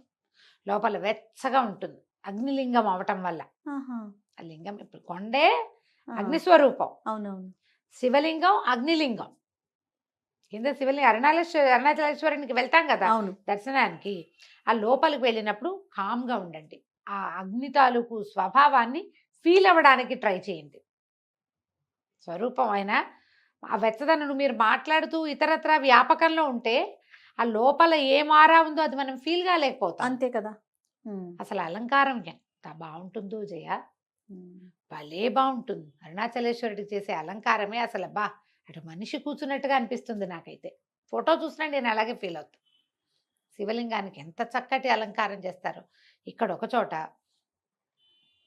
మహాకాళేశ్వరుడు, ఉజ్జయిని మహాకాళేశ్వరుడు కూడా భలే అద్భుతమైన అలంకారాలు. తప్పకుండా దర్శనీయ క్షేత్రాల్లో అరుణాచలాన్ని పెట్టుకోండి. ఈ పంచమహాభూత లింగాల్లో 3వది అగ్నిలింగము మనం అరుణాచలం. అయితే ఇక్కడ జరిగే ప్రతి ఉత్సవము ముఖ్యమైనదే, విశేషమైనదే. ప్రధానంగా కార్తీక దీపోత్సవం మరీ విశేషమైనది. టన్నుల కొద్ది నెయ్యి వాడతారు కార్తీక దీపోత్సవం రోజున. ఇప్పుడు మన కార్తీక మాసం వేరు, తమిళుల కార్తీక మాసం వేరు కదా. మన పౌర్ణమి తర్వాత ఇంకా కొంచెం అవతలకు వస్తుంది. కార్తీక దీపోత్సవం ఎప్పుడుందో తెలుసుకుని అప్పుడు వెళ్ళే వాళ్ళు కూడా, భక్తులు అక్కడికే వెళ్ళే వాళ్ళు, తెలుగు వాళ్ళు కూడా ఆ టైంకి వెళ్ళిపోతారు అనుకో. మనం టీవీలో చూడడానికి ఇప్పుడు అవకాశం లభిస్తుంది. ఆ దీపోత్సవానికి చుట్టూతో అన్ని గ్రామాల్లో లైట్లు ఆపేస్తారు. ఆయన అక్కడ వెలిగాకే ఆ జ్యోతి, అరుణ జ్యోతి వెలిగిన తర్వాతే ఈ మిగిలిన ఇళ్లలో మొత్తం చుట్టుపక్కల ప్రాంతాలన్నీ లైట్లు వేసుకుంటారు. అక్కడికి స్ట్రీట్ లైట్లు కూడా వెయ్యరు. అవునండి. చాలా అద్భుతమైన కార్తీక దీపోత్సవం జరుగుతుంది. అవకాశం ఉంటే చూడండి. జీవితంలో ఒక్కసారైనా పౌర్ణమికి ఒక్క ప్రదక్షిణ మాత్రం చేయండి. ఇప్పుడు మనం చూస్తున్న దేవాలయం 9వ శతాబ్దంలో నిర్మించబడింది. 5 ఆవరణాలుగా దేవాలయం కనిపిస్తుంది. ఆ అమ్మవారు 2వ ఆవరణలో ఉంటుంది. 3వ ఆవరణలో 1000 స్తంభాల మండపం ఒకటి ఉంది. ప్రతి ఆవరణలోనూ వేరువేరు దైవాలు కనపడతారు. తర్వాత 6 సార్లు అర్చన చేస్తారట స్వామికి ఇక్కడ. ఇక్కడ విశేషంగా నందీశ్వరార్చన, ప్రదోషకాలార్చన అవన్నీ చాలా ప్రత్యేకమైనవి అరుణాచలంలో. నువ్వు ఈ క్షేత్రాలన్నిట్లలో కూడా ఏ అర్చనకు ఆ అర్చనగానే కనపడుతుంది. ఈ 3 టన్నుల నెయ్యితోటి చేసేటువంటి కార్తీక దీపోత్సవం మరీ అద్భుతం. విశేషంగా కనిపిస్తుంది. మన కార్తీకానికి వాళ్ళ కార్తీకానికి కొంత తేడా ఉంది కాబట్టి మనం కార్తీక మాసపు తొలి రోజుల్లో దర్శనం చేసుకోవచ్చు. శివలింగాన్ని, మన అగ్నిలింగాన్ని చూడాలి అని అలా భావిస్తే కనుక మొదటి రోజుల్లో మనం దర్శనం చేసుకోవడానికి అవకాశం ఉంటుంది. పర్వదినాలలో వెళ్ళకండి. మామూలు రోజుల్లో వెళ్తే మనకి కొంచెం దర్శనము, తర్వాత ప్రదక్షిణ సులువుగా కుదురుతాయి. గిరి ప్రదక్షిణము, గిరివలం అంటారు. గిరివలమే కదా అక్కడ అనేది. ఈ గిరి ప్రదక్షిణ చాలా ముఖ్యమైనది. అరుణాచల శివుణ్ణి తలుచుకోవాలి. నిష్కామంగా అరుణాచలం దర్శనం చెయ్యండి.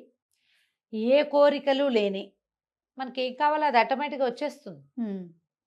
ఫలానాది కావాలని కోరి ఆయన్ని చిన్నవాడిని చేయొద్దు. ఆయన్ని బహుపెద్దవాడవిగా చెయ్యాలి అంటే ఏ కోరిక లేకుండా ఉండాలి. ఇలా ప్రత్యేకించి చెప్పబడింది, అంతేనా రమ్మగారు? నిష్కామంగానే గిరి ప్రదక్షిణం చేయండి, నిష్కామంగానే అరుణాచలేశ్వరుని దర్శనం చేయండి అని చెప్తారు. రైట్. మీ అవకాశాన్ని బట్టి దర్శనం చేసుకోండి. తప్పకుండా. నమస్తే. నమస్తే జీ. రమ్మగారు, మనము కార్తీక మాసం సందర్భంగా పంచారామాల గురించి చెప్పుకున్నాం.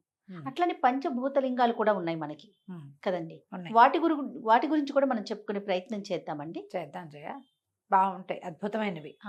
అయితే ఈ పంచమహాభూత లింగాలన్నీ అన్నిట్లలో 4 లింగాలు తమిళనాడే ఉన్నాయి. అవును. ఒకే ఒక్కటి తెలుగునాట ఉన్నది. అది తెలుగు వారు చేసుకున్న అదృష్టం అనుకోవటం. అయితే ఈ పంచమహాభూత లింగాలు ఏమిటి? పంచమహాభూతాలు ఏమేమిటి?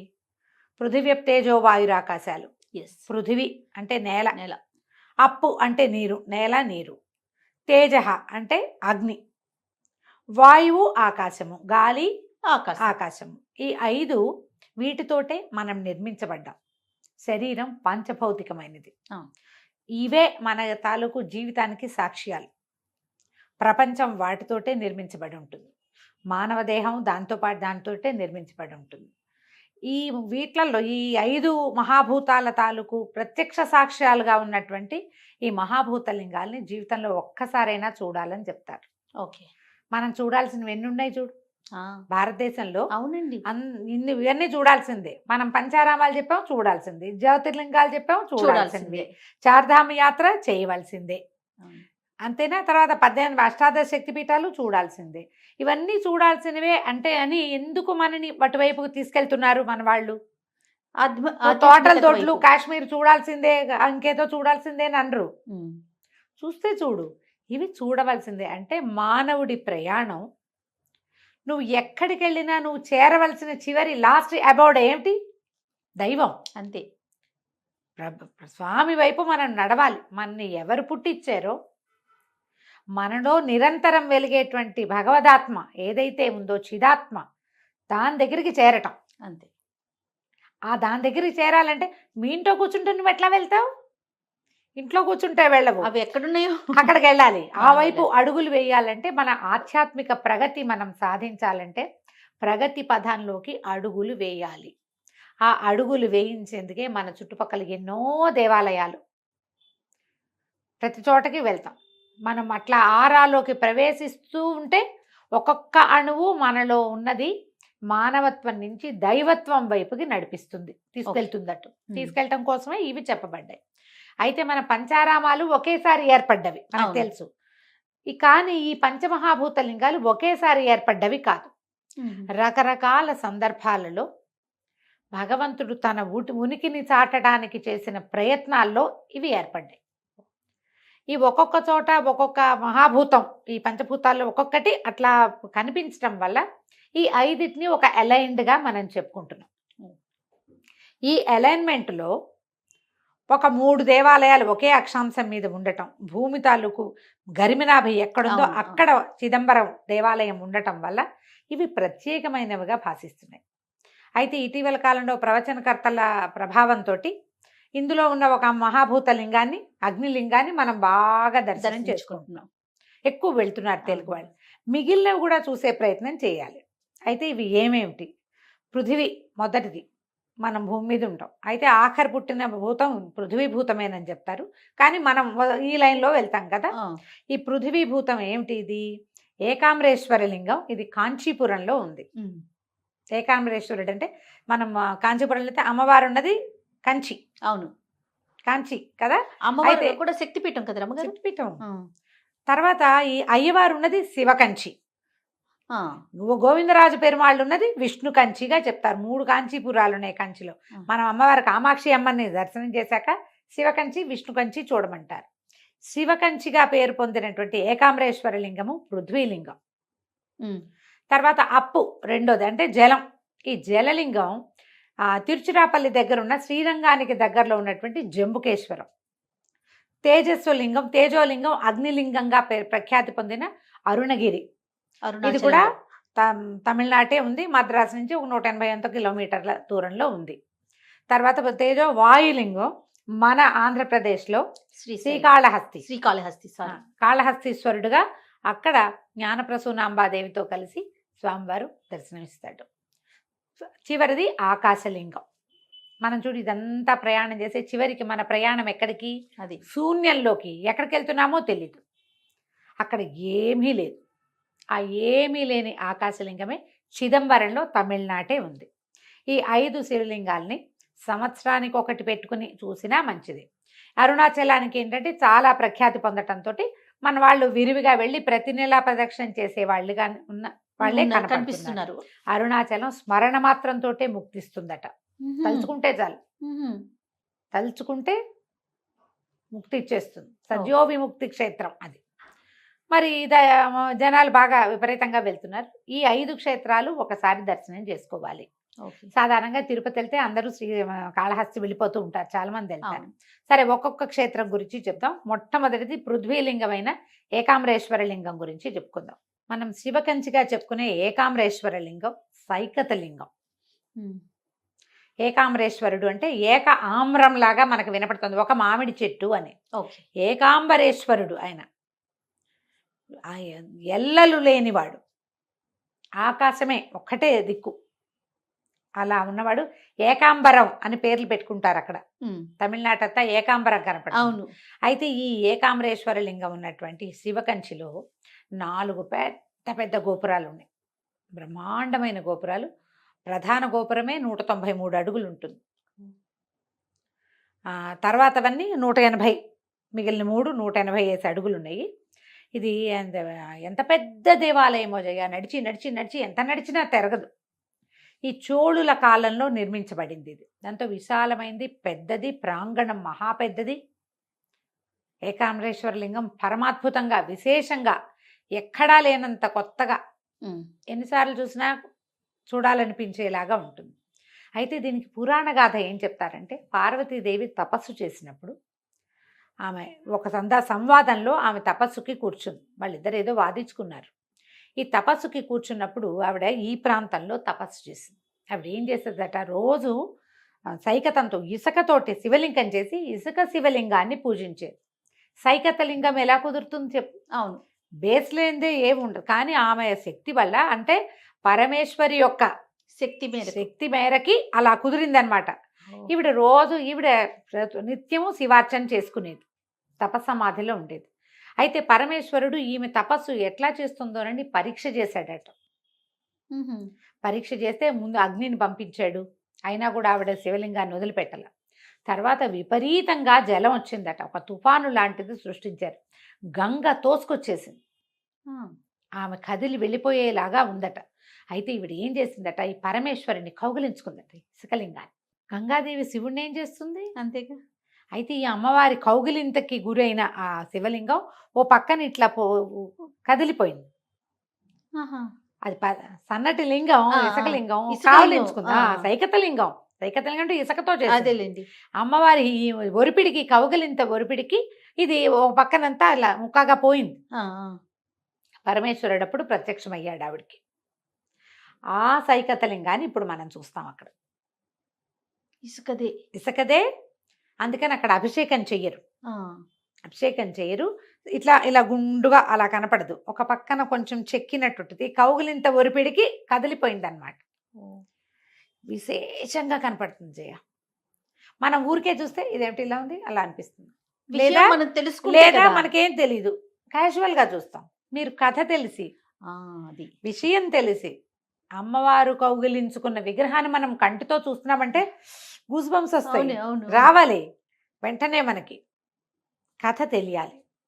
ఇది పురాణ గాథగా చెప్తారు. చోళుల కాలంలో ఈ దేవాలయాన్ని నిర్మించారు. 1000 స్తంభాలు ఉన్నాయి ఈ గుళ్ళో. ఆహా. పెద్దది ఇట్లా ప్రాంగణం లోపల నడుస్తుంటే మనం ఎట్లా ఉంటుందంటే ఒక చల్లని గుహలోకి ప్రవేశిస్తున్నట్టుగా ఉంటుంది. 1008 శివలింగాలు ఉన్నాయి లోపల దేవాలయంలో. అయితే ఇక్కడ ఈ దేవాలయంలో ఇంకొక పెద్ద విశేషం ఏం చెప్తారంటే, దీని తర్వాత ఇప్పుడు మనం అయ్యవారిని చూసిన తర్వాత ఎడం వైపుకి లక్ష్మీనారాయణల సన్నిధి ఉంది, విష్ణు సన్నిధి కూడా ఉంది. ఇక్కడ ఈ లోపల ఉన్నటువంటి విష్ణు సన్నిధిని చాలా విశేషంగా చెప్తారు. 108 దివ్య దేశాలలో ఒకటైనటువంటి పెరుమాళ్ళు ఇక్కడ ఉంటాడు, స్వామివారికి సాయంగా ఉన్నాడని చెప్తారు. అయితే పక్కన ఒక మండపాల మధ్యలో ఒక పెద్ద మామిడి చెట్టు కనిపిస్తుంది మనకి. ఈ మామిడి చెట్టు 3500 సంవత్సరాల నాటి మామిడి చెట్టు. ఈ మామిడి చెట్టు గట 4 శాఖలకి 4 రకాల పళ్ళు కాసేవట. అయితే తర్వాత కాలంలో ఈ కొంతకాలం క్రితం ఆ చెట్టు కూలిపోయింది. ఆ చెట్టు ప్లేస్లో ఇంకొక మామిడి వృక్షాన్ని, ఆమ్ర వృక్షాన్ని పెట్టారు. ఏక ఆమ్రేశ్వరుడు అని ఇందుకు వచ్చాడని, ఈ మామిడి చెట్టు కిందే అమ్మవారు తపస్సు చేసిందని చెప్తారు, ఆ పాత చెట్టు అని. ఓకే.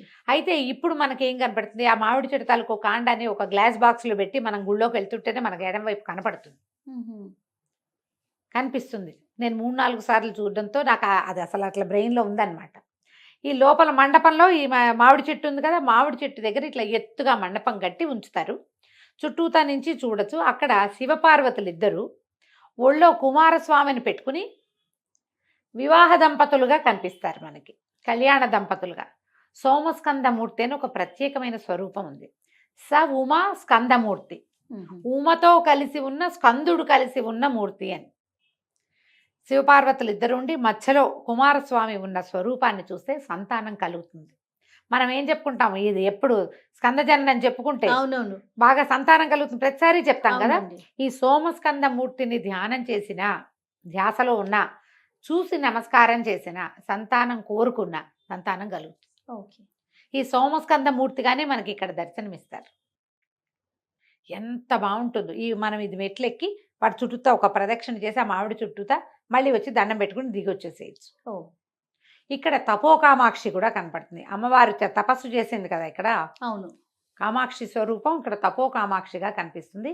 పెద్ద విశాలమైన పురాతనమైన విపరీతమైన ఆధ్యాత్మిక భావాలు కలిగించేది. కొంచెం సేపు ధ్యానం చేసినా మనం ధ్యానంలోకి వెళ్ళిపోగలిగేలాంటి పాజిటివ్ ఆరా ఉన్న దేవాలయమే ఏకాంబరేశ్వర స్వామి దేవాలయం. శివకంచి ఆల్రెడీ వెళ్ళుంటారు చాలామంది. ఈ వెళ్ళిన వాళ్ళు ఊరికే ఏదో గుడి అని వచ్చేయద్దు, అందులోకి వెళ్ళడానికి ప్రయత్నం చేయండి. ఈ ప్రాంతంలో మనం ఎక్కడ నిలబడి ఉన్నామో, ఏది చూస్తున్నామో అక్కడ అమ్మవారు తపస్సు చేసింది పరమేశ్వరుడి కోసం. శక్తి శివుడి అనుగ్రహం కోసం తపస్సు చేసిన స్థలం. ఆమె పూజ చేసిన శివలింగం, పరీక్ష చేసిన భగవంతుడు. ఎన్ని ఉన్నాయి విశేషాలు. ఊరికే గుడి చూసి వచ్చేయద్దు. ఒక ధ్యానంలో 5 నిమిషాలైనా నిశ్శబ్దంగా కూర్చొని, మీరు ఏం చేయొద్దు, మెడిటేషన్ మీ వల్ల కాదు, కామ్గా కూర్చోండి. ఆ లోపల చల్లదనాన్ని, ఆ పాజిటివ్ వైబ్ని తీసుకోవడానికి ప్రయత్నం చేయండి. ఆడికి వెళ్తే చాలామంది తమిళ గాయకులు వాళ్ళు వస్తారా, ఎంతంత తేవారాలు అవి పాడతారమ్మా, భలే బాగుంటుంది. తెలుగు బాగా వినిపిస్తుంది, తెలుగు వినిపిస్తుంది, తమిళ తేవారం పాడుతూ ఉంటారు. ఈ జ్ఞాన సంబంధాలు అప్పర్ వాళ్ళంతా రాసినవి భలే బాగా పాడతారు. నిత్యము కళ్యాణం జరుగుతుంది అక్కడ, విశేషంగా కనిపిస్తుంది. అయితే ఇక్కడ విష్ణు సాన్నిధ్యం ఉందని చెప్పాం కదా, లోపల విష్ణుమూర్తి కూడా ఉంటారు. తమిళ పేరమా తిరునిలందిగల్ తుండం, ఇలాంటి పేరు. వామనమూర్తిగా కొలుస్తారు స్వామిని. వీళ్ళిద్దరు శివకేశవులిద్దరు ఒకే చోట ఉన్నట్టుగా మనకు కనపడుతుంది. అయ్యవారి సన్నిధి వేరు, అమ్మవారి సన్నిధి వేరు. సాధారణంగా కాంచీపురం అనగానే కామాక్షి, కంచికి అని కామాక్షిని చూసేస్తాం. తర్వాత అందరికీ బంగారు బల్లి, వెండి బల్లి, బంగారు బల్లి అని వరదరాజు పెరుమాళ్ళని చూడడానికి వెళ్ళిపోతారు. విష్ణు కంచికి వెళ్తారు. శివ కంచికి తప్పకుండా వెళ్ళండి. అమ్మవారిని చూసి శివ దర్శనం చేయకపోతే ఫలితం లభించదు. మామూలుగా మనం ఏం చెప్పుకుంటాం జయ, తిరుమలలో కూడా అమ్మవారిని చూడాలి, ఆమె నిత్యానపాయిని కాబట్టి. నువ్వు కామాక్షిని చూస్తే కామాక్షి ఎవరి కోసం తపస్సు చేసిందో, ఎక్కడ తపస్సు చేసిందో, ఏ స్వరూపంతో తామె ప్రార్థన చేసిందో అది చూడద్దు ఖచ్చితంగా కదా. ఈ బంగారు బల్లిని ముట్టుకోవడం కోసం పరిగెడతాం కానీ కాంచీపురం కానీ వెండి బల్లి బంగారు బల్లి.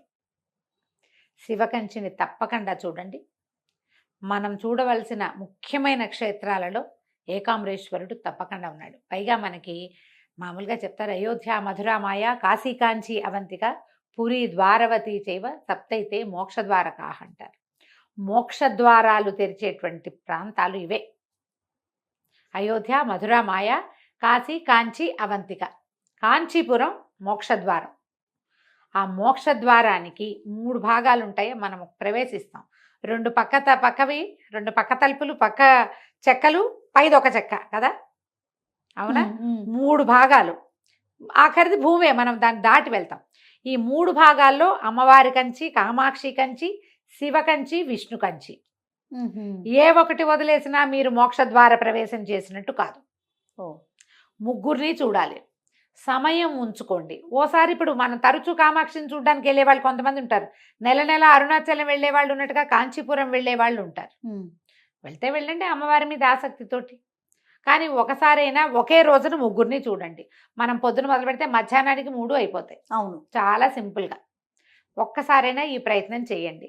మీరు కాంచీపురం వెళ్తే షాపింగ్ చేద్దాం అనుకోకండి, ముందు ఇవి చూసి అప్పుడు షాపింగ్కి వెళ్ళండి.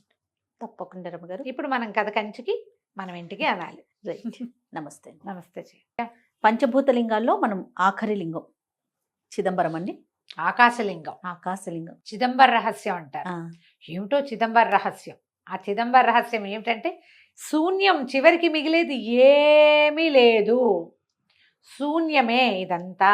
అదే చిదంబరం. నువ్వు ఎంత వెంపర్లాడతావు, గోల పెట్టేస్తావు, ఏమిటేమిటో చేస్తావు, ఎక్కడెక్కడో కన్నాలేస్తావు, ఎవరి జీవితాలో పాడు చేసేస్తావు నీ జీవితం కోసం. చివరికి మిగిలేది ఏమిటి? శూన్యం, ఖాళీ. ఆకాశం శూన్యం జయ, ఆ పైన ఏం లేదు.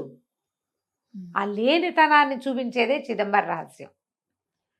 చాలా అద్భుతమైన గాథ ఉంటుంది జయ చిదంబరానికి. ఎన్నిసార్లు చదివినా, ఎన్నిసార్లు చెప్పినా ప్రతిసారి ఒక అద్భుతమైన భావం కలుగుతుంది.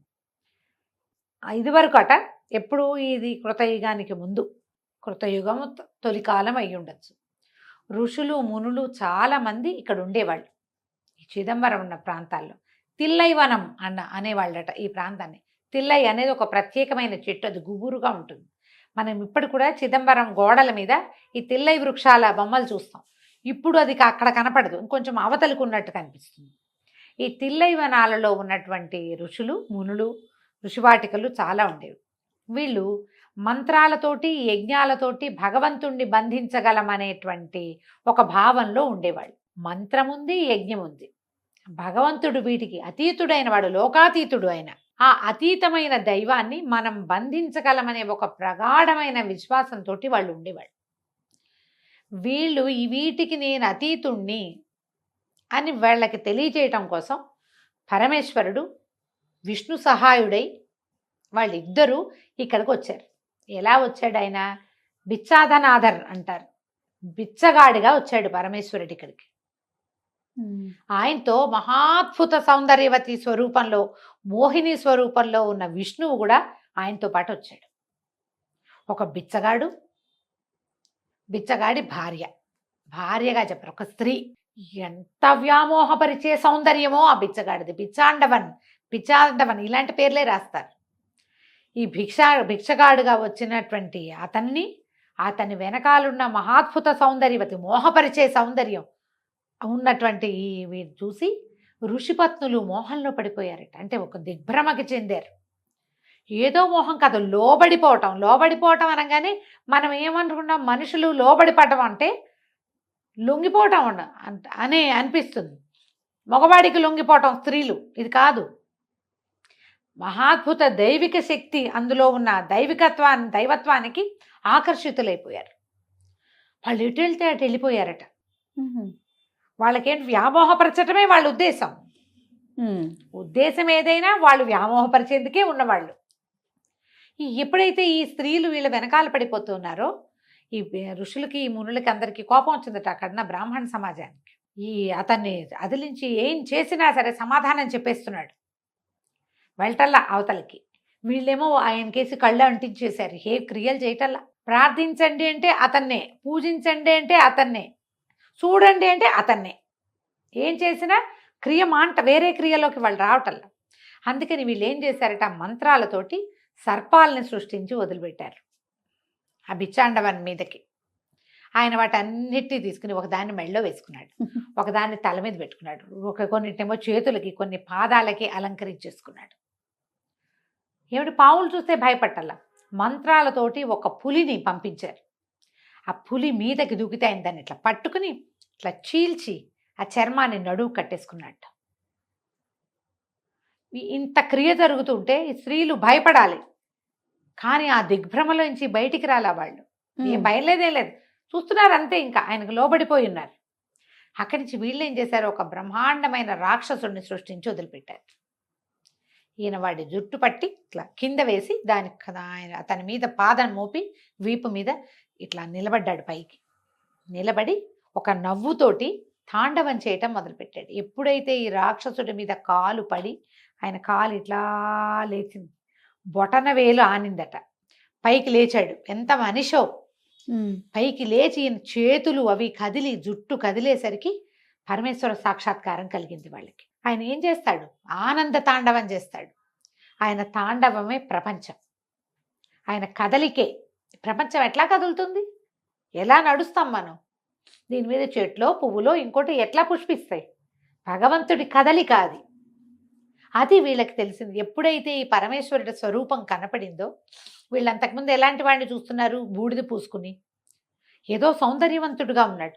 ఈ పాములు, ఈ పులి చర్మం, ఈ బిచ్చగాడిలాగా కనపడేటువంటి ఒక స్వరూపంలోంచి మహాద్భుతమైన పరమేశ్వర సాక్షాత్కారం జరిగింది. ఆ వెనకాల నిలబడి మహాద్భుత సౌందర్యవతిగా కనపడుతున్నటువంటి ఆ మోహిని స్వరూపం ఆయన లోపలికి వెళ్ళిపోయింది. చూస్తూ ఉండగా అప్పటిదాకా బిచ్చగాడిగా కనపడుతున్నటువంటి ఆయన ముఖంలో దైవ కళ అలా కనపడ్డం. మరి విష్ణుమాయ అది వెనకాల నుంచి ప్రవేశించేసింది. ఎప్పుడైతే ఇది కనపడిందో వెంటనే ఋషులు మునులు తెలుసుకున్నారు. అప్పుడు వెలిసిన స్వరూపమే చిదంబరంలో ఉన్న నటరాజ స్వరూపం.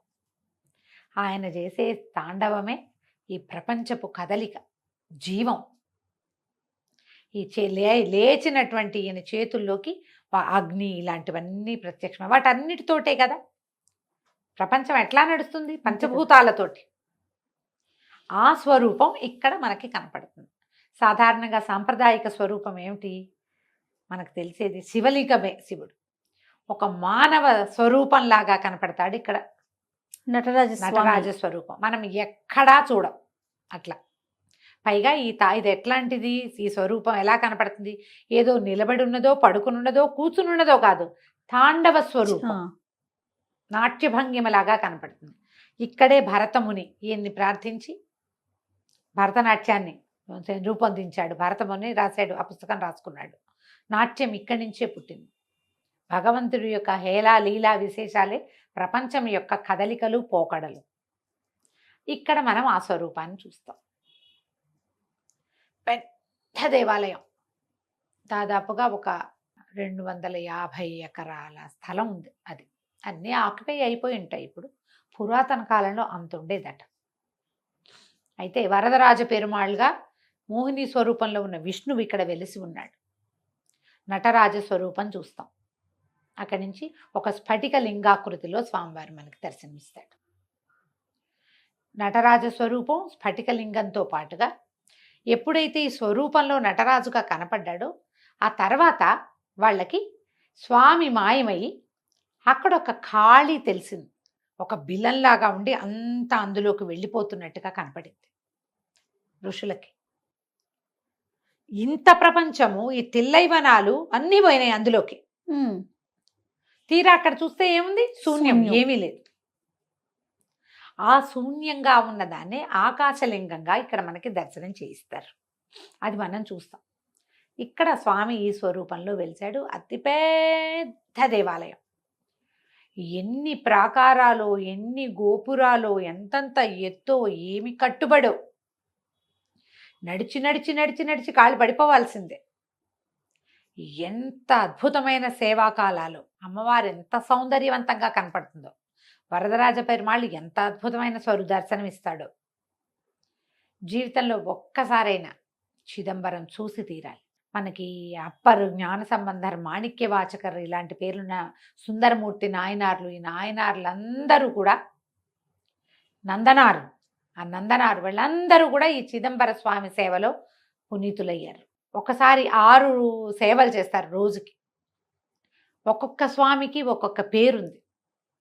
తిరుమేని, సకల తిరుమేని, నిష్కళంక సకల తిరుమేని ఇలాంటి పేర్లతోటి పిలుస్తారు. మనకి స్ఫటికలింగం చక్కగా కనపడుతుంది. స్ఫటికలింగం కనిపిస్తుంది. నటరాజ స్వరూపంలో ఏదో చిన్న ఇరిటేషన్ వస్తుంది. నటరాజ స్వరూపంలో ఉన్న స్వామిని కూడా మనం దర్శనం చేస్తాం. అయితే ఇప్పుడు ఆకాశలింగం చూడాలి. తీసుకెళ్తారు అక్కడికి. ఒక కర్టెన్ అడ్డు ఉంటుంది. తెర తొలగిస్తే బంగారు బిల్వపత్రాలు వేళ్లాడుతూ కనపడతాయి మనకి. వాటి వెనకాల ఒక ఖాళీ ప్రదేశం కనిపిస్తుంది. ఖాళీయేగా అనిపిస్తుంది, ఖాళీ కాదు. మనం శివలింగాన్ని పూజిస్తాం. తర్వాత నటరాజ స్వరూపంలో స్వామి కనపడతాడు. అంటే సగుణ బ్రహ్మ భగవంతుడు మనం పూజ అందుకోవడానికి వీలుగా మనకొక స్వరూపాన్ని చూపిస్తాడు. నువ్వు రోజు రూపానికి పూజ చేస్తావు, రూపానికి అభిషేకం చేస్తావు, రూప ధ్యానమే చేస్తావు. అక్కడి నుంచి ఆ రూపంలోంచి రూపం లేకపోయినా పూజ చేయగలిగే దారిలోకి మనం వెళ్ళాలి. నటరాజును చూస్తాం, పెద్ద మనలాగానే స్వరూపం, కాళ్ళు, చేతులు, కళ్ళు, పెదిమలు అన్నీ ఉన్నట్టుగా కనపడుతున్న స్వరూపానికి పూజ చేస్తాం. తర్వాత ఆయన తాలూకు రూపమే ఒక్క చిన్న స్వరూపంగా కనపడే లింగ పూజ చేస్తాం. దాని తర్వాత ఇంత కాళ్ళు చేతులు ఉన్నవాడిని, ఎంతో స్వరూపంగా కనపడే నాట్యం చేస్తున్న వాడిని పూజించి, చివరికి ఒక చిన్న లింగ రూపిని పూజించి, లింగ రూపిని దాటాక మనం ఏం చేయాలి? నిరాకారుడైన పరబ్రహ్మని పూజించాలి, భావించాలి, తెలుసుకోవాలి. ఆ శూన్యం వైపు ప్రయాణం చేయాలి. ఆ ప్రయాణం చిదంబరంలో జరుగుతుంది. ఇప్పుడు మనం ఉన్నాం, అన్నీ ఉంటాయి, కరచరణాదులు బోల్డ్ ఉంటాయి, వీటికి బోల్డ్ అని వ్యవసాయాలు ఉంటాయి, రకరకాల పనులు చేస్తాం, ఏంటో చేస్తాం. దీని అంతకి ఆధారం ఏమిటి? ఇక్కడ ఉంది ఒక్క జ్యోతి, అక్కడికి వెళ్ళాలి.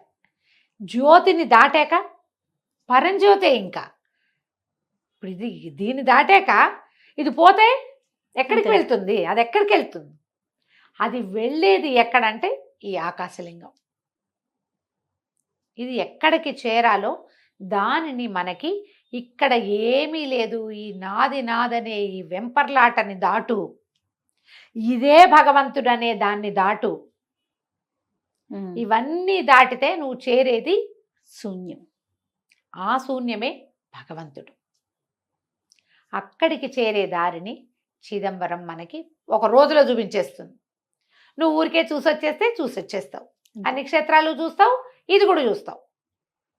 మనం అలా చూడకూడదు.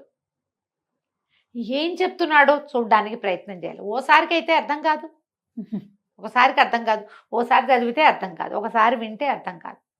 ప్రయత్నం చేస్తూ ఉంటే ముందు నేనెవరో తెలుసుకో, మనం ఎవరమో తెలుసుకోవాలి. అక్కడి నుంచి ఈ నేను ఏ నేను నుంచి వచ్చింది, అసలు నేనన్నదే లేదని, ఉన్నదంతా ఒకే పరబ్రహ్మమని, అక్కడి నుంచే ఈ నేననే పదార్థం పుట్టిందని, నేను పోయాక ఇది వెళ్ళేది అక్కడికేనని మనకి తెలుస్తుంది. ఆ తెలుసుకోవడం కోసమే చిదంబరాన్ని చూడండి.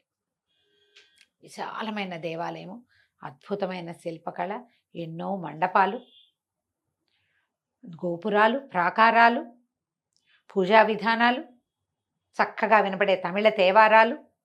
మనకేం అర్థం కాదు జయ, కానీ వింటుంటే భలే బాగుంటుంది. అవును, ఎంత బాగుంటుందో, మహారుచిగా ఉంటాయి అవి వినడానికి. వీటన్నిటినీ చూసేందుకు జీవితంలో ఒక్కసారైనా చిదంబరాన్ని దర్శనం చేయండి. అయితే ఇది మనకి చిదంబరం దేవాలయాన్ని గురించి ఒక ప్రత్యేకమైన విషయాలు కొన్ని చెప్తారు. ఇదంతా మానవ జీవన చిత్రంగానే మనకి కనపడుతుంది. అయితే 9 ముఖద్వారాలు ఉన్నాయి దేవాలయానికి. మానవ దేహంలోని నవరంధ్రాలు అవి, అట్లా చెప్తారు. అయితే ఇక్కడ ఉన్న శివుణ్ణి పంచసభాపతి అని పిలుస్తారు. సభాపతి. ఇక్కడ ఉన్నది ఒక సభ, మొత్తం 5 సభలు ఉన్నాయని చెప్తారు. ఇదేమో రత్న, చిత్ర, రజత, తామ్ర సభలు ఉన్నాయి.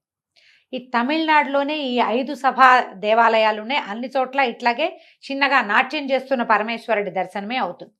చిత్సభ, ఇది చిత్సభ. తర్వాత ఏమో తామ్ర సభ, రజత సభ, చిత్రసభ, అలాంటి రత్న సభ, ఇలా సభాపతిగా చెప్తారనమాట. ఇక్కడున్నది ఒక సభ, చిత్సభ. చిత్సభ. ఈ చిత్ అంటే ఏం లేదు, ఏమీ లేనిది, ఏమీ లేనిది, నిర్మలమైనది ఇక్కడ ఉన్నది. అయితే ఇప్పుడు 9 ద్వారాలు చెప్తున్నావా, ఇవి. తర్వాత మన పైన బంగారు రేకులు కప్పి ఉంచారు దేవాలయంలో పైన. ఈ బంగారు రేకులు, వాటికి పెట్టిన మేకులు, ఇవన్నీ కూడా మానవ జీవితానికి సంబంధించినవి. 72,000 మేకులతో బిగించారట. మానవ దేహంలో ఉన్న 72,000 నాడులు అవి అని చెప్తారు. ఇట్లా ప్రతిదీ కూడా మన దేహాన్ని, మనుషుల జీవితానికి సంబంధించినవే దేవాలయంలో మనకు కనిపిస్తాయి. ఒక్కొక్కటి ఒక్కొక్క రకం చెప్తారు. మీరు ఏ రకం చూడాలన్నా వెళ్ళాలిగా ముందు, అంతే చక్కగా పరిశీలించుకోవాలి. అన్ని మండపాల్లో కూర్చుని ఆ పాజిటివ్ ఎనర్జీని అనుభవించాలి. అమ్మవారు శివకామ సుందరిగా కనపడుతుంది. ఇక్కడ వరదరాజు పెరుమాళ్ళు కనపడతాడా, కూటం అని చెప్తారు. ఇక్కడ ఏంటంటే 108 దివ్య దేశాల్లో ఒకటైనటువంటి దివ్యదేశము ఇక్కడ ఉంది. అంటే పక్కన మోహిని అవతారం వచ్చింది కదా అయ్యంతో పాటు, ఆమె వరదరాజు పెరుమాళ్ళుగా ఇక్కడ కొలువై ఉంటుంది అన్నమాట. అమ్మవారు కూడా చాలా విశేషంగా కనపడుతుంది. పుండరీకవల్లి, తిరుచిత్రకూటం అంటారు. అమ్మవారి పేరు పుండరీకవల్లి. 108 దివ్య దేశాల్లో ఒకటైన దివ్యదేశం ఇక్కడ ఉందన్నమాట. దీంట్లో ఇంకొక ప్రత్యేకమైన సంగతి చెప్పాలి. మామూలుగా మనకి దేహంలో 5 కోశాలు ఉంటాయి, తెలుసు కదా, పంచకోశాలు. పంచకోశాంతర స్థిత అమ్మవారిని అలా చెప్తారు. మొదటిది అన్నమయ, ప్రాణమయ, మనోమయ, విజ్ఞానమయ, ఆనందమయ కోశాలుగా ఉంటుంది.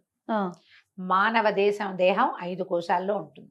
మనం మరణించినప్పుడు వెళ్ళిపోయినాక అన్నీ కలిసిపోయి ఆనందమయ కోసం మనని అనుసరిస్తుందంటారు.